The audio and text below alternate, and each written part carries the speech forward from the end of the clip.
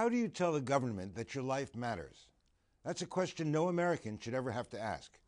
But it was posed on a website the other day by a young woman from Long Island who only provided her first name, Nicole. Nicole is actually not American. At least she doesn't have a passport saying so. Her parents came to the United States without papers, and she came with them as a child. If you didn't know her background, you would mistake her for an ordinary New Yorker. She grew up here, attended school here, and dreams of making a career and a family here. But with no papers, she lives a life in the shadows, wondering at any point whether she'll be deported to a country she doesn't know.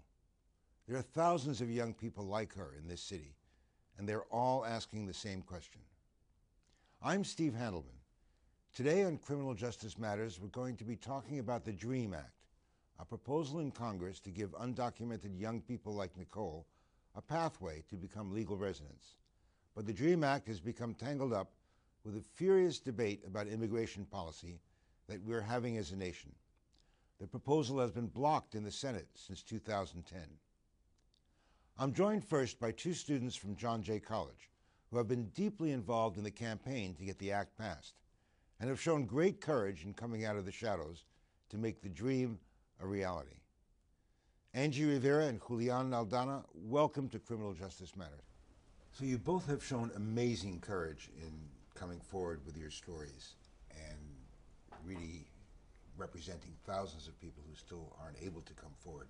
Tell us a little bit about yourselves. Angy, how did you get here? Well, my name is Angy.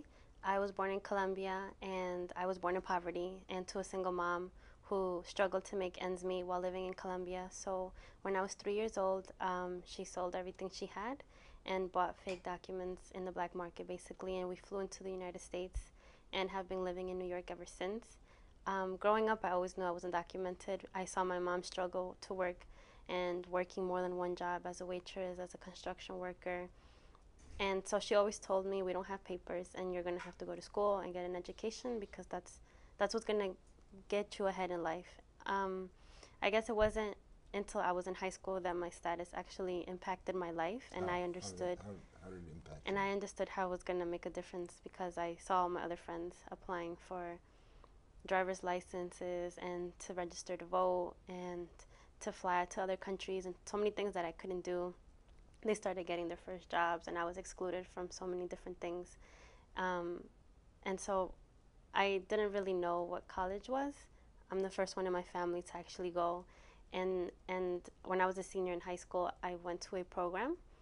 It was a summer-bound program that would help any student be able to understand what college was, how to apply, what majors there were available for you, depending on what you like to do. And that was when I started navigating the You're system. also the first one, I think, in the nation to actually go public with an advice column, really on the net for other kids in your situation. Is that right? Yeah. After And how did that happen? Well, after I became aware about my status and vocal about it, I joined the New York State Youth Leadership Council, and through the YLC is where I created the first advice column called Ask Angy, and through there I get different emails and messages from youth all over the country seeking out advice on different topics, from dating to going to school. And you're still without papers, right? Yeah. But Julian, you are in a somewhat different situation. Am I correct? Yes, indeed. As of right now, I'm in the process of obtaining my resident alien card through my aunt. However, it's taken a long time, and so that is what urged me to come out as being undocumented. The fact that as of right now, I'm in school, and I don't know about my future, because even though I am expecting the papers to arrive at some point, they might not arrive, and so that's what urged me to come out as being undocumented And you also, to help all these students. And you also came here as a young child, right? From Colombia. I came here when I was 8 years old. From Pereira, Colombia. My story is very unique. Both of my parents, they decided to leave the country because of the economic situation that we were enduring in our country. And so all of my two brothers and I, we decided we had to stay in our home country. And once they arrived here, they found some way to start getting us to this country. I came here with a fake passport, and since then it's been a pretty tough situation for me. Well, now let me ask both of you, the more higher profile that you've both taken, has that brought you into conflict with authorities? Have you run into problems at all? Not as of now. No, not really with the authorities. I do get hate from people through the advice column, a lot of hate actually. Hate mail? Yeah, people telling me that I'm a roach, a leech, that I should kill myself, that I should give advice on how to not become illegal and things like that. And also, sometimes we face problems at home because my mom is scared about the things that I do in organizing other youth, but not so much the authorities. Now, what would the DREAM Act do for both of you if it were passed? Julian? In my situation, it would allow me to conquer my dream of becoming an immigration attorney at some point. My dream is to become an immigration attorney and help all these future generations of immigrants that deserve to become citizens, to obtain their legalization through some way. Because of what I'm enduring at this point, I'm sympathetic to all these people, and that's what has urged me to become an attorney. And so, the DREAM Act would allow me and all these students to be able to. And you're willing to do that at certain risk to yourself, although maybe the risk isn't as high now that you're in a path to getting papers. Or is it high? It is still a risk because, the fact that I'm coming out openly about my documented status, it could at some point be risky, with the immigration customs. So I don't really know what could happen to me. Now we obviously don't know. We've got a campaign coming up, a federal campaign, and the chances of it, the act moving off the dime, so to speak, are pretty slim, at least until after the election. But you guys have also been deeply involved in the New York DREAM Act, which is slightly different and might have better chances of passage. Is that right? Yeah. Angy, tell us a little bit about that. What's the difference between the New York DREAM Act and the federal?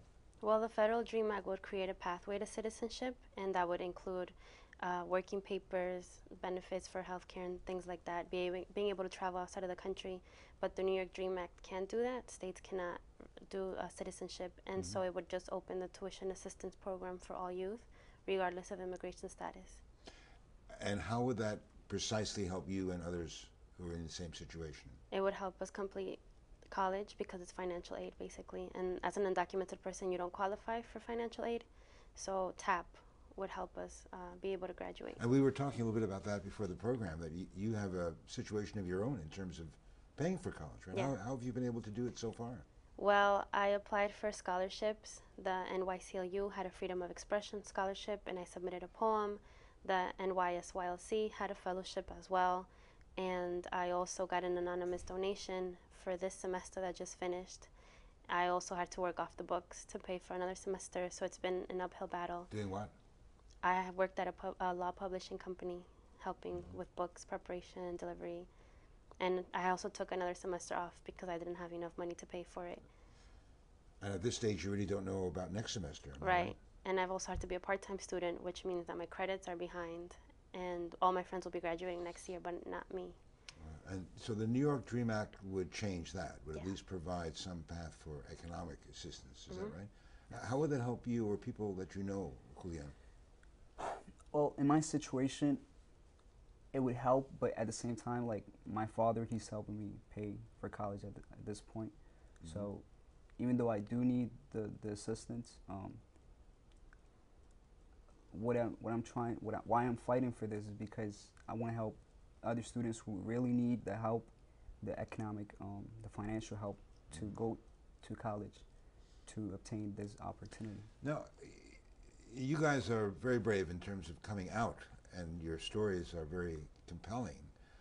But opponents to both, I guess, the federal DREAM Act primarily, but also, I guess, the New York DREAM Act, Are saying basically, well, you know, they're tough stories, but everybody's got a tough story, and this is a tough economy. And after all, maybe it wasn't you guys who made the decision to come here, but you did come here, and you came here illegally. There weren't papers for you. Now, how do you respond to that?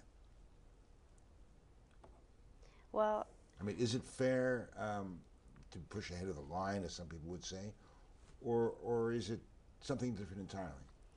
I like that question because a lot of people say that we are cutting the line because the New York Dream Act is in place and things like that. But the reality is that there is no line for people to get on. My mom tried to apply for documents when we first came to the United States and was rejected because we were too new to the country. And so we've been here for over 18 years and there has been no pathway to citizenship. The Dream Act would create that line that does not exist as of yet. And I don't blame her for coming here. I understand that we were living in very poor conditions back in Colombia. And so coming here was the best choice for us to make. And I know it's a similar story for many undocumented youth and parents who come here as well. And I mean, we're already here and we're already contributing to the same pool of money that is being distributed, but we don't get the tax returns. And so the New York Dream Act would help us open up that pool of money for the people that are also contributing to it but don't see any of it back. I mean, you were 3 when you left, friend. You were 8. I mean, 8. If you had to go back to Colombia, what would it be like? It would definitely impact my life because, you know, things would be different, you know. If I were to go back to Colombia at this point, I would have to start from the beginning, basically, you know. Did you know anybody there? I do have a lot of friends, but, you know, even though I've been able to call them, you know, the distance has separated us. I have family there, but it's not the same thing. So by the time I go there, it's going to be a totally different experience. And your life would obviously change. I mean, we should mention that you're right now taking a pre-law boot camp at John Jay, right? Yes. What's that like? Is that... It's a great experience. You get to learn the process of going through law school, and you know that's my dream of becoming a lawyer. Like I said before, if I were to go back to my country, I wouldn't be able to achieve this dream. And you'd lose that, and we'd also lose the benefit of your services and talents and skills. Yeah, and a lot of youth have been deciding to leave the country as well and go back to. Yeah, I have 2 friends who are actually leaving in a few months because opportunities here were just very limited for them. And so while we continue to wait for something to happen, we're losing a lot of great people. No, we wish you both the best of luck. Thanks so much for being with us, and good luck in the future. Thank you. Thank you. Thank you for having us.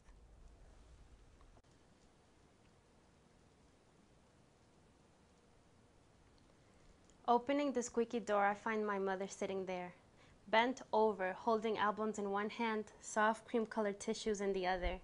Trembling, shaking, crying, begging for forgiveness. I'm tired. I'm tired of seeing my mother cry and ask for forgiveness to a crime she did not commit. Her salty, heavy tears falling from her cheeks like dead bodies, failing to cross the border. Feelings of guilt from her immigration situation. Lacking papers, no documentation. Crying over opportunities I couldn't receive, dreams I couldn't complete. Fussing over empty Social Security number boxes on college applications. What will I say to the administration?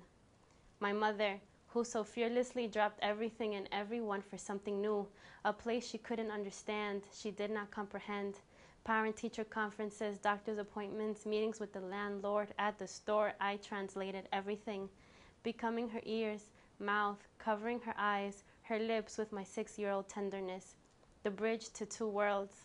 Coffee beans, salsa, vallenatos, aguardiente, arepas, empanada, agua panela meets Backstreet Boys, Sesame Street, Barney, concrete pavements, and snow. My mother, who spent nights crying for life and memories back home, no longer in control, she thought I didn't know. Every muffled weep stabbed on my soul. She said, Angy, I came here because of you. Hatred rose in the depth of my heart and mind, wanted to cover my eyes, ears, and hide. Why? Yelling, screaming, why didn't you just abort me?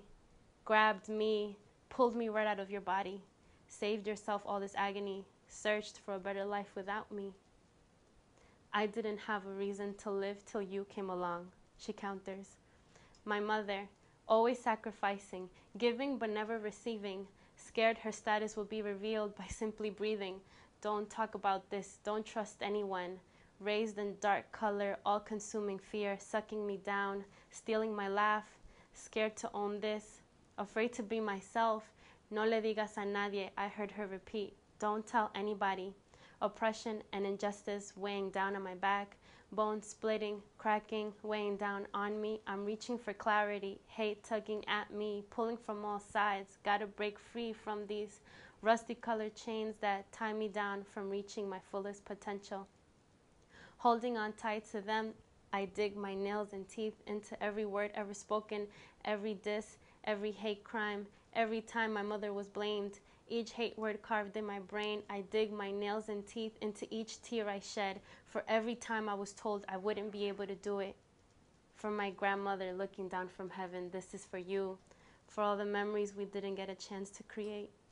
For my mother sitting somewhere at home, this is for you. For all the fear drowning in you, I will come out alone. Crushing these chains and stating I am undocumented and unafraid, I want to celebrate our victory. Not sorry. And yes, I will own my story. Since the DREAM Act was first proposed in 2001, the debate over immigration has left us a polarized nation. Opponents worry that any exemptions to our immigration laws and policies will throw up in our borders, take jobs away from citizens already hurt by the economic crisis, and endanger our security.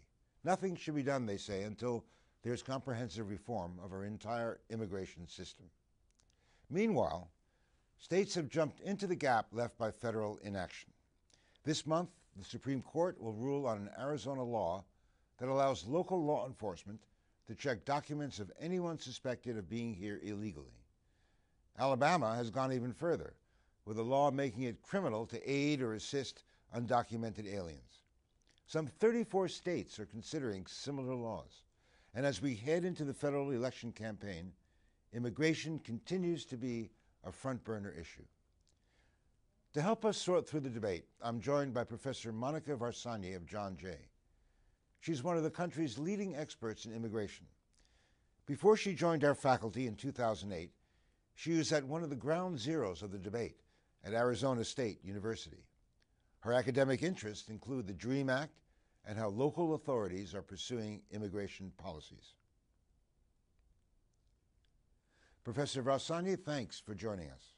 So let's start with first principles. The DREAM Act, Development, Relief, and Alien Education Act for minors. What does it actually do, and why is it blocked? What it does, it's a one-time legalization for students who, like the students that we've just spoken with, who arrived here when they were very young, were brought here by their parents, but they were unauthorized. They're undocumented immigrants. So they might have come when they were 3, 4, 5 years old. They've grown up here their whole lives. They're, as American as any other kid, but now they're all hitting college age and graduating college, or at the age of graduating high school, and they cannot attend college. They cannot become legal residents. They're just blocked. They have no way to legalization. It's a very American thing to do, to give these kids a chance. Why aren't we giving it to them? Well, there's a really, immigration reform is extremely contentious.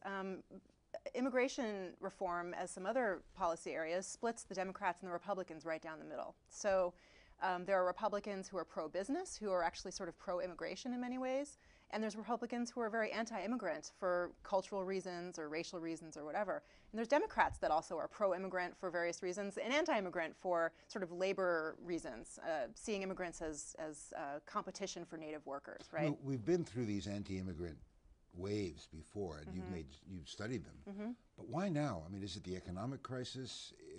Have we lost some of our sense of responsibility and conscience as a nation?